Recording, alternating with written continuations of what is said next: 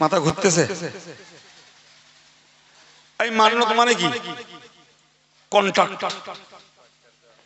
আরে বাচ্চারকে বলে কথা না, মান্নত মানে কন্ট্রাক্ট। আল্লাহ তুমি দিলি আমি দেবো।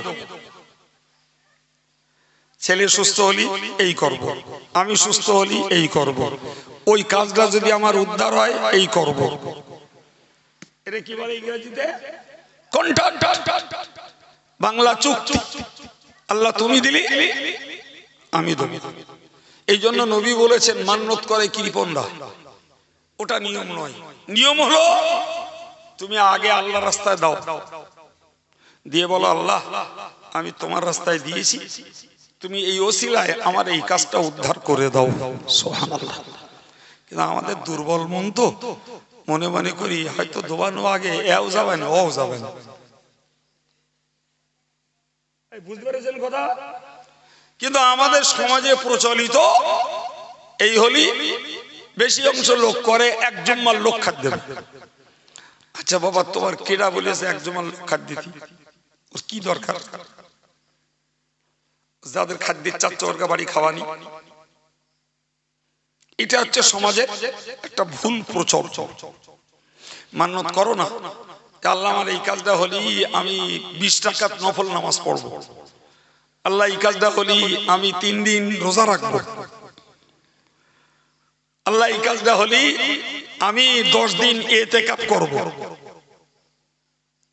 এরা মান্নত খুঁজেছেন কোন? ওতে যাবে না বাবা, ওতে খায় না আছে, খাটনি আছে, পয়সায় পয়সায় যা হয়। আমি রিয়েলি বলছি, ওই রকম মান্নত করুন, প্রচুর সওয়াব পাবেন। তা না হলে নিয়ম হলো আগে দান করো, দানের ওসিলা দিয়ে আল্লাহর কাছে দোয়া চাও।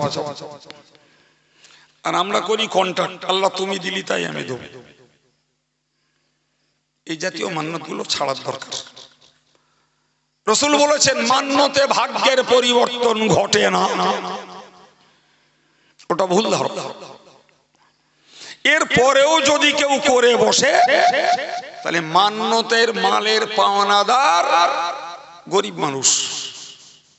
গরিব মানে যার ফিতরা দেওয়ার ক্ষমতা নেই, যাকাত দেওয়ার ক্ষমতা নেই, কোরবানি দেওয়ার ক্ষমতা নেই, সেইটি ওই মান্যতের মালের খাওয়ার পাওনাদার। এছাড়া যদি কেউ খায় তার গুনাহ হবে, যে মান্যত করেছে ওর মান্যত আদায় হবে না। কথা ক্লিয়ার? যদি একান্ত মনের ইচ্ছা হয় যে না এক জুম্মার লোক খাওয়াবো, আমার মনের বিরাট টান, তাহলে একটা পদ্ধতি শিখে রাখো। সেটি হলো প্রথমত মসজিদের যদি দুটো গরিব মানুষ পাওয়া যায় যার ফিতরা দেওয়ার ক্ষমতা নেই, ওই দুটো গরিব মানুষেরই আলাদা করে বাড়ি দাওয়াত করে খাইয়ে দেন, দিলি মান্যতা আদায় হয়ে গেল। এরপরে মসজিদে বলে দেন যে ভাই আমার আল্লাহ একটা ছেলে দেশে, কি আল্লাহ আমার এই ছেলেটা সুস্থ করে দেশে, আমি খুশি হয়ে তোমাদের একসাথে খাদ্য দেবো। ধনী গরিব না ডুবিয়ে খেয়ে নেবে, কোনো সমস্যা নেই। এরা জানবে না বুঝবে না, আন্দাজে পড়ে শুধু ঠেলবে, তাতে কি হবে? এই বুঝতে পারেননি কথা? আরে বাবা যেটা জানা নেই জেনে নে বাবা, ফালতু ঠেলে ঠুলে লাভ নেই। আর যদি মনে হয় না খেতে দেবো না, আমার মসজিদের মুসল্লিদের মান্যতের ইচ্ছা ছিল খাওয়ানোর, তা খাওয়াতে আমার 20,000 টাকা খরচা হতো, ওই 5টা লোকের বাড়ি দাওয়াত করে খাইয়েছি, ওতে 1000 টাকা খরচা হয়েছে, আর 19,000 টাকা মাদ্রাসায় দিয়ে দেবো। এই বুঝতে পারেননি কথা? এদিকে মান্যত আদায় হয়ে গেল, আর ওদিকে সদকায়ে জারিয়ার সওয়াব হলো। আর যদি মনে হয় না মসজিদে লোকেরই খাদ্য দেবো, তাহলে পরিষ্কার বলতে হবে আমি খুশি হয়ে খাদ্য দিচ্ছি। বুঝতে পেরেছেন কথা? এ নিয়ে আর জড়াবেন না,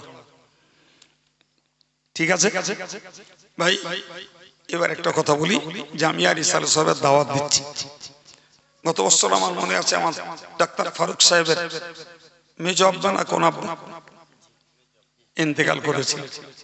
যাই হোক, তিনি তার জন্য দোয়া চেয়ে জামিয়ায় 200 টাকা দিয়েছে। তবে আমার মনে পড়ছে এই মজলিসটা হতো 6 অক্টোবর। জি, আর আমি আপনাদের কাছ থেকে কয়েকবার বইকারা মাদ্রাসার জন্য পয়সা চেয়েছি, তাতে 900, 1000, 1200 এরকম হতো। জি, তো আজকে যদিও 13ই অক্টোবর, তো যদি কষ্ট না হয়, বইকারা মাদ্রাসাটা খুব দেনায় চলছে, যদি পারেন তো আগেও দিয়েছেন, আশা করি আজকেও দিতে কষ্ট হবে না ইনশাল্লাহ। 20, 50, 100 টাকা ভাইরা মায়েরা যদি পারেন একটু বইকারা মাদ্রাসার জন্য একটু হাত বাড়াবেন। কোনো চাপ নয়, আবদার যেমন করি আজও করেছি, অন্য দিনেও দিয়েছেন, অন্য বছরেও, আজও আশা করি পকেটে হাত দিলে 10 টাকা পারেন, আর 50 টাকা পারেন, আর 100 টাকা পারেন, একটু দিলে খুশি হব, আল্লাহ খুশি হবেন। সব মানুষকে উঠে আসতে বলবো সেটা অসুবিধা। মজলিসের একটা ভাই পারলে উঠুন, আর যারা সামনে আসতে চান